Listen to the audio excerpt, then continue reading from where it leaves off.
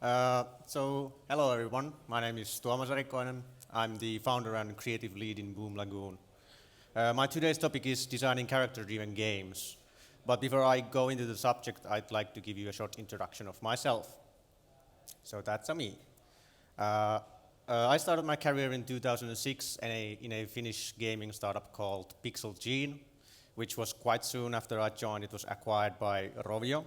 And in Rovio, I worked as the lead artist on a number of different Java games and the bounce titles from Nokia, if anyone recalls the Red Ball with Ice, and the massively successful Angry Birds. And after Rovio, we founded Boomlagoon with Antti Steen and Ilkka Halila in 2012. And we released our first game, Noble Notlings, in early 2013. And we are now, later this year, going to release our next game, Monsu. In Boomlagoon, we are focused on creating engaging character-driven titles that are fun to play with friends, and that is pretty much the topic of what I'd like to discuss today. So why character-driven design? I tend to break this into three different kind of perspectives. The first one being the consumer perspective. So the characters and the world and the story behind them are something that the players can connect with on a deeper level, and they're also something that the users find easy to relate to. And once we are able to establish this connection or a bond between the players and the characters, they almost automatically then want to experience the whole story and the story evolve and unfold. And this also allows us to build brands that engage and retain the user beyond the core game mechanics. Mobile games today are still a bit limited as vehicles to storytelling, and the characters basically provide us with tools that we can connect with the audience through different channels and different medias. And from the organizational perspective, once we are able to successfully establish this cool, consistent world and the characters, it creates this shared vision within the company and especially within the development team that makes our day-to-day life easier so that we have a common goal, which then results into a more consistent product. And from business perspective, the characters kind of enable or allow us to think about different monetization methods beyond the individual games to other digital products, but also non-digital products. So how do we then do the character-driven game design? If you look at the more or less typical game design approach, it starts out with some idea of the basic blocks of the game mechanics, possibly some sort of a prototype of your game. And once that feels good, you start to think about the different monetization, retention, and social mechanics that you can put there. And somewhere in the pipeline comes the characters, and all these three different elements make the whole game concept. And sometimes this can work really well, but sometimes the different components, especially the characters, may feel a bit loosely attached from the game itself. And this is what we've been kind of trying to turn around. So our approach starts from the world and the characters. And this basically works as a separate track from coming up with the game mechanic ideas.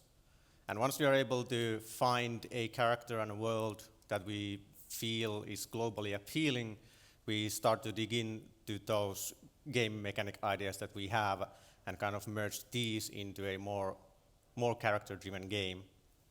And in the pipeline, of course, comes the same free-to-play mechanics.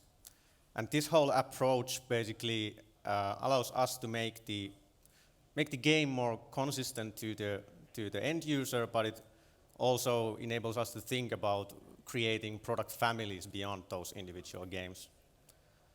And here are some kind of like guidelines or tips and tricks that I try to keep in mind when thinking about the characters.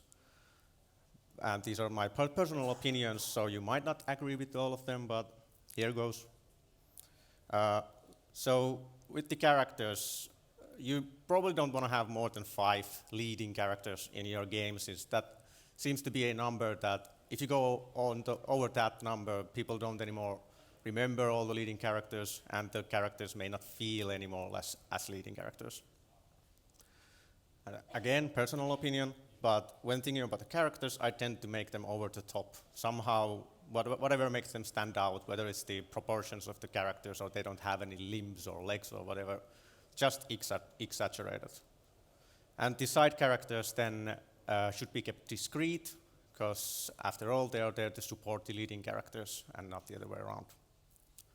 And when thinking about the world and the story beforehand, before going into the production of single games, it's good to have in mind that world should and could become something bigger than the individual game. So whether you're looking to make a product family out of the world or a brand or whatever it is. And the world also provides you with tools and mechanics for your game to make a visual progression mechanic in your game. And I tend to think that if you can make the progression mechanics very visual, whether it's like a rich storyline or evolving characters or some collection or whatever it is, it creates a better connection with the player and feels more progressive.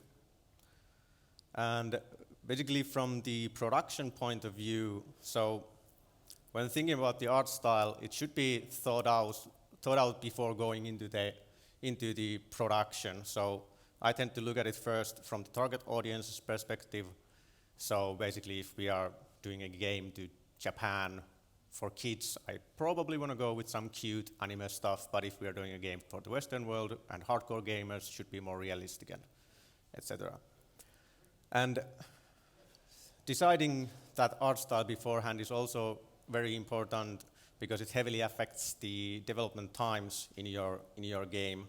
So if you are to change your art style in the middle of your production, it either means that your product is not going to translate into a consistent product, or you have to put everything into your trash bin and make everything from scratch, and nobody wants that.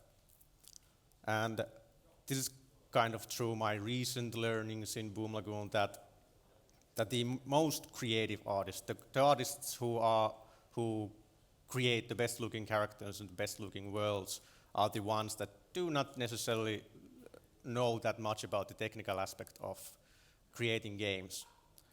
And therefore, it's best to keep these persons separate from the technical aspect by having some sort of a middleman in between, or if it's possible, it's best if it can be the designer who kind of translates the art to the game for the programmers. To summarize, the character-driven design so basically gives us strong characters and strong story, which builds interest and affection, which translates into better engagement and better retention. And they also provide a more consistent vision within the company so that we have a clear goal in mind and all the products feel consistent from game to game. And it also enables us to think about different opportunities over those single games to product families, franchises, branding, whatever it is. And I guess I still have 6 minutes left, but I was supposed to only have 10, but here goes. So I'd like to end the talk then with the title art of our upcoming game, Monzu. As you can see, it's very character-driven. The green guy is the main characters, and then there's a bunch of side characters on the side. And if you have a Finnish Apple ID, you can already go download it from the iOS App Store, but if not, then you'll just have to wait for a bit and see. That's it. Thank you.